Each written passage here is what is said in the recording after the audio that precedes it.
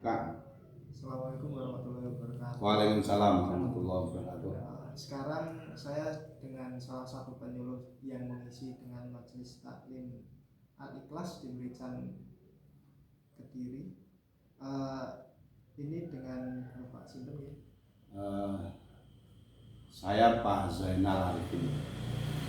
Penyuluh agama Islam kan Kota Kediri. Ya, di wilayah Kecamatan Mojokerto. Ya. Kecamatan Mojokerto. Ya, umurnya jenengan pinten kisaran? Hari ini 49. Jenengan ngisi teng majelis taklim Al-Ikhlas niku kaget tahun pinten? Ya mulai tahun 2012 kalau nggak salah. Cukup lama lah. Kalau awal masuk di situ itu kan gambaran dari masyarakatnya atau kondisi dari masyarakatnya yang ada di majelis itu kayak gimana? Gambaran masalahnya memang masyarakat di situ butuh pembinaan keagamaan. Artinya butuh tambahan pengetahuan keagamaan. Sebenarnya masyarakat sudah tertata bagus, namun ingin ada peningkatan materi dari teman-teman penyuluh yang ada di wilayah Kecamatan Mojokerto. Jadi peningkatan materinya yang dikenal. Iya, materi terkait dengan pengetahuan mulai tidak hanya fikih, mungkin sejarah, mungkin tasawuf, mungkin akhlak, ini bisa tersampaikan di sana. Karena memang setiap pemateri ini punya karakter masing-masing, punya spesialis masing-masing.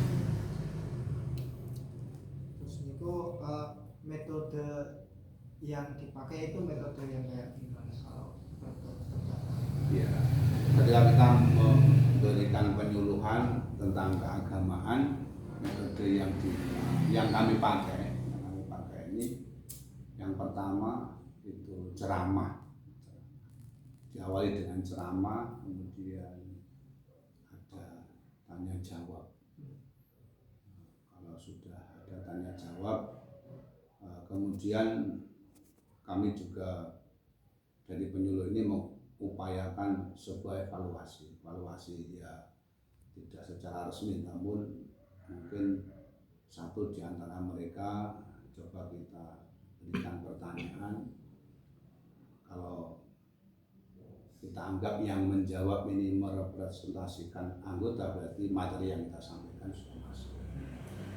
Kalau pemilihan metodenya itu gimana? Kalau dilihat dari karakteristiknya masyarakatnya kan harus dilihat dulu kan karakteristiknya baru pengambilan metodenya. Nah, iya. Cara pemilihan metodenya itu gimana menyesuaikan? Kelihatannya di majelis taklim Al-Ikhlas itu lebih condong ke ceramah. Karena ketika kita coba untuk memancing pertanyaan, memang bertanya itu kan tidak mudah.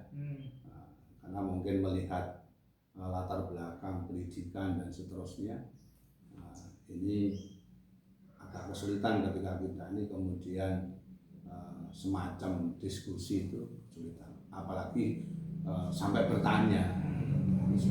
Akhirnya lebih banyak waktu yang ada ketika kita bertemu dengan mereka itu yang khususnya di Al-Ikhlas itu ceramah. Jadi langsung penyampaian materi. Iya, langsung penyampaian materi. Kalau tanggapannya masyarakat itu ketika itu tadi metodenya dengan metode seperti itu gimana?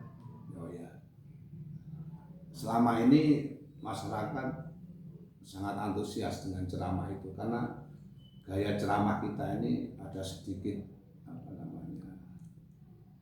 candaan yang melibatkan mereka, yang tidak jauh dari materi yang kita sampaikan. Bagaimana cara Bapak menjalin hubungan baik dengan jamaah supaya merasa nyaman? Ya, cara kita penyuluh ini tentunya kita mungkin bisa bersilaturahim, memahami apa yang sedang terjadi di lingkungan situ, sehingga kita memahami benar apa yang nanti materi akan kita sampaikan, melihat kondisi yang ada. Artinya cara pendekatan kita ya salah satunya adalah bersilaturahim itu, komunikasi yang kita bangun di majelis taklim itu. Kalau jenengan niku kan dakwah teng mriku. Kendalane dakwah teng majelis taklim niku napa? Ya pasti ada, sedikit banyak kendala itu pasti ada. Mungkin kendala itu datang dari diri kita, mungkin kadang-kadang ya malas ya, malas kadang-kadang ya, melihat jarak yang tempuh yang jauh dan dilakukan pada malam hari. Kadang-kadang kita sudah paginya bekerja, kemudian malam masih ada penyuluhan, itu kadang-kadang rasa malas itu ada. Ya mungkin ada kegiatan lain yang menjadi tugas dari pimpinan sehingga kita tidak bisa hadir pada waktu penyuluhan itu. Tapi kalau di masyarakatnya, kendalanya itu memang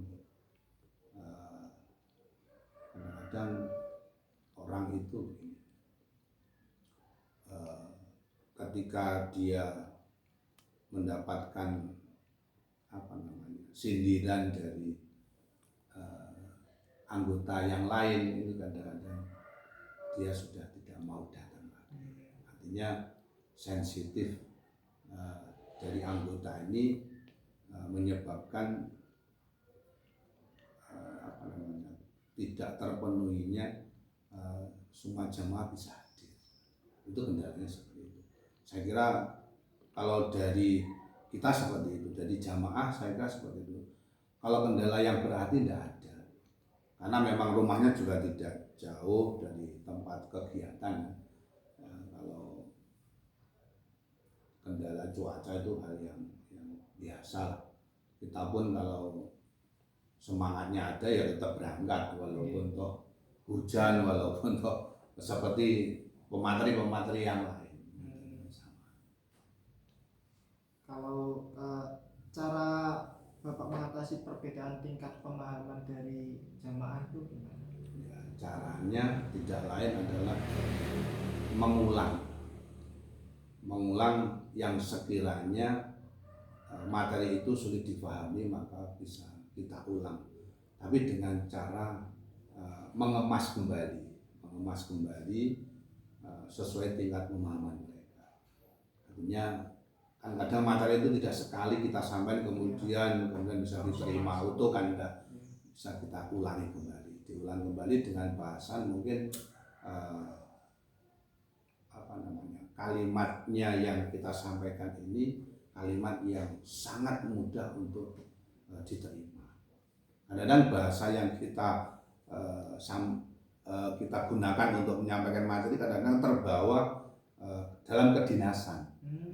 Kedinasan kita kan kadang-kadang bahasa ini orang-orang yang tingkat pendidikannya rendah ini kan sulit menerima. Bahasa apa itu? Kita sering kadang-kadang, sehingga itu perlu penjelasan lebih lanjut dengan bahasa mereka. Karena memang aturan main kita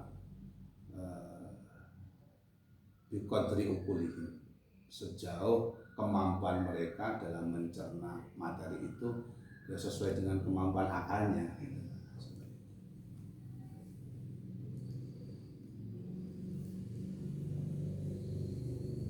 Kalau apakah ada kisah menarik atau berkesan selama berdakwah di majelis taklim? Cerita. Oh, kisah menariknya apa ini? Kisah menarik tidak ada. Dia lama tapi tidak punya. Kisah menariknya ya makan bareng-bareng. Ya, kisah menarik yang artinya saya kira kalau enggak, yang tapi sangat pribadi lah, enggak perlu diceritakan artinya. Kalau bagaimana cara Bapak mengevaluasi keberhasilan dalam berdakwah? Ya ini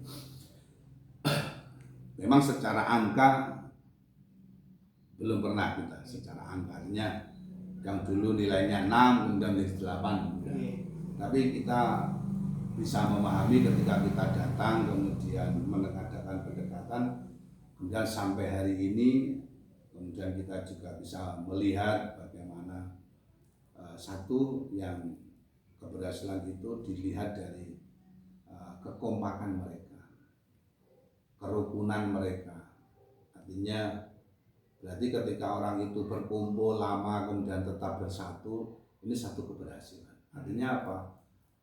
Berarti yang hari ini, yang kemarin kita sampaikan bahwa kita ini kan kita sering memompa mereka, menyemangati mereka bahwa berkumpul ini penting. Karena dengan berkumpul itu banyak hal yang bisa diperoleh. Nah, paling tidak kita mendapatkan amal silaturahim, kemudian kita bisa berjabat tangan dengan saling menyampaikan salam dan seterusnya. Ini ternyata sampai hari ini dan akhir-akhir ini lumayan bertambah jamaahnya kelihatannya dari bapak-bapaknya. Artinya ini merupakan keberhasilan. Artinya mereka mampu mempertahankan yang ada, kemudian juga bisa mengajak yang belum.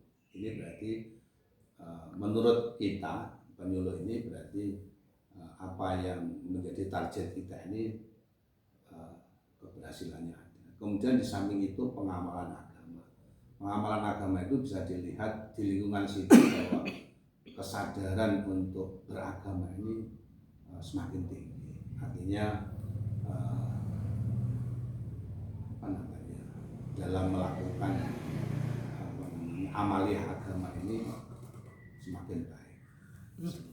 Ya, semakin baiknya amalan itu ditunjukkan masing-masing anggota ini punya kepedulian terhadap lingkungan. Kalau bagaimana cara Bapak menentukan tema berdakwah lain? Cara Bapak menentukan tema berdakwah saat di majelis taklim? Oh ya, tema-tema yang kita sampaikan ini kadang berdasarkan bulan, kemudian berdasarkan perkembangan situasi. Artinya kalau nanti waktunya menghadapi Idul Kurban, berarti temanya kita seputar kurban, mungkin seputar puasa Arafah dan seterusnya, seperti itu. Nanti jadi setiap tema yang kita sampaikan ini satu berdasarkan bulan biasanya, bulan Hijriah. Kemudian ada tema-tema mungkin menyemangati hari-hari besar, hari-hari besar baik agama maupun nasional. Temanya nonton ibu, jadi gak duwe tema yang aneh-aneh enggak. Menyesuaikan bulan, baik menyesuaikan hari besar, baik nasional maupun agama. Kalau strategi dakwah yang Bapak lakukan itu Maksudnya strategi dakwah mungkin langkah-langkah jenengan niku berdakwah. Oh, ya tentunya berdakwah itu begini. Ketika kita melakukan dakwah sebagaimana konsep Al-Quran sebenarnya, artinya yang pertama ya tentu dengan ucapan. Nah, ucapan itu sebatas kemampuan kita. Kemudian dakwah yang kedua adalah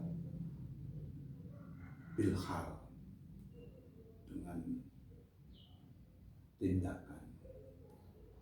Apa yang sudah kita sampaikan, kemudian ada teladan di dalam kehidupan kita ini. Seperti itu. Jadi ya tentunya dengan ucapan yang kita lakukan, kemudian yang kita sampaikan, kemudian ada perbuatan yang kita lakukan.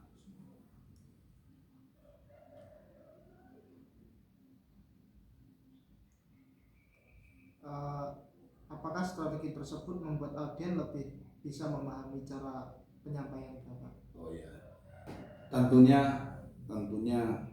mampu.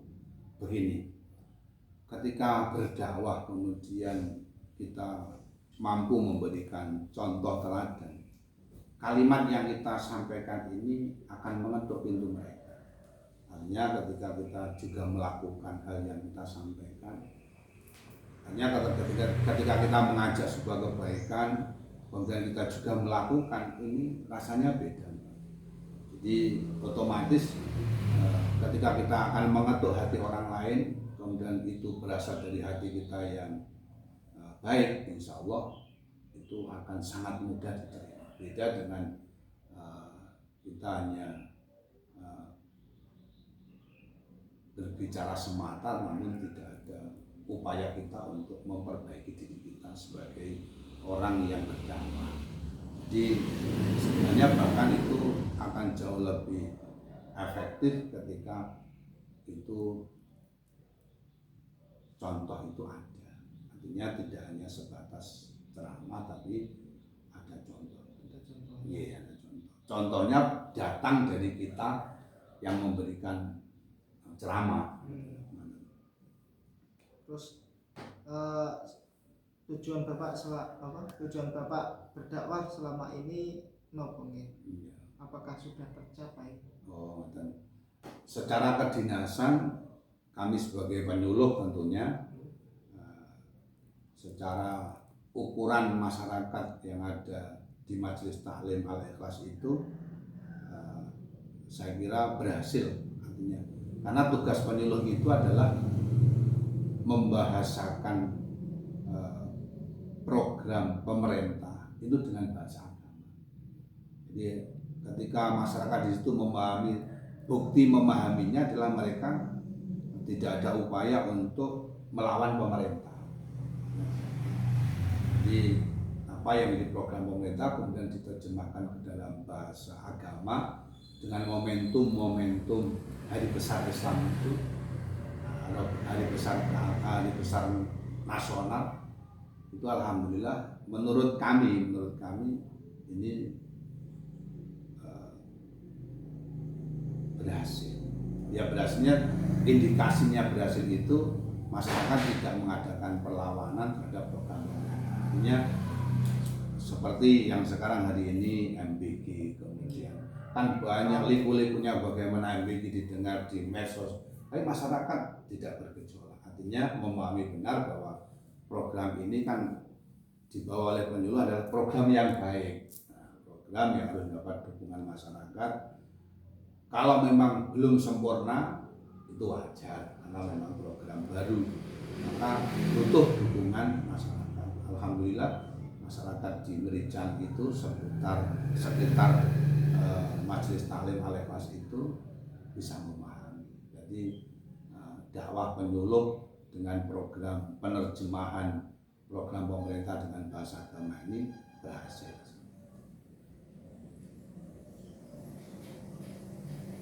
Apa harapannya jenengan saking kangge Majelis Taklim Al-Ikhlas? Oh ya, tentunya harapan kami mudah-mudahan Majelis Taklim Al-Ikhlas ini